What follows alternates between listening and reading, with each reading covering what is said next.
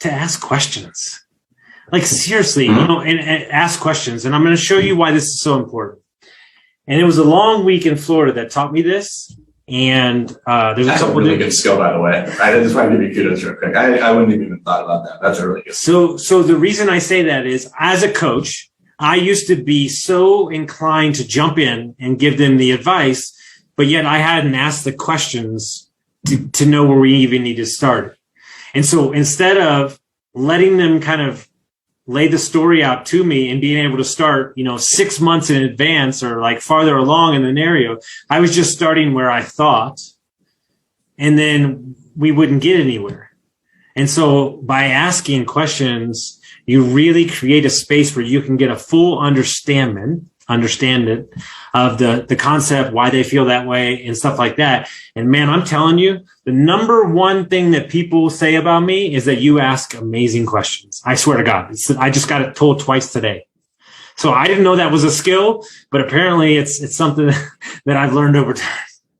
No, that's a beautiful one. I wouldn't have thought of this, but now that you brought it up, I have another layer I want to add on top of this delicious cake, which is most people, myself included, are inclined when we're in a conversation with other people to, even when we don't understand what's being communicated, to just agree out of fear of looking stupid or looking like the only person in the room who's not catching on. And so if we're in a business negotiation or we're talking about something kind of complex, let's say, it could be simple. You just don't get it. Like we're talking to investors all the time about investing, and that's scary and hard. And most people, they just go, yeah, okay, I get it. And they don't get it. And so when it comes to asking questions, what I would say is develop the skill of continuing to ask questions until you understand. Don't just ask once. And if you don't understand, go, oh, okay. And think, I'll just Google it later and find the answer.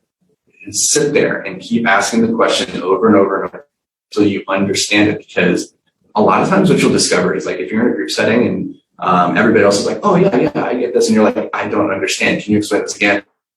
If you keep digging deeper, you'll find that at the end, somebody usually comes up to you and you're like, oh, I'm so thankful you asked that because I don't get it either. but people are so afraid of looking stupid.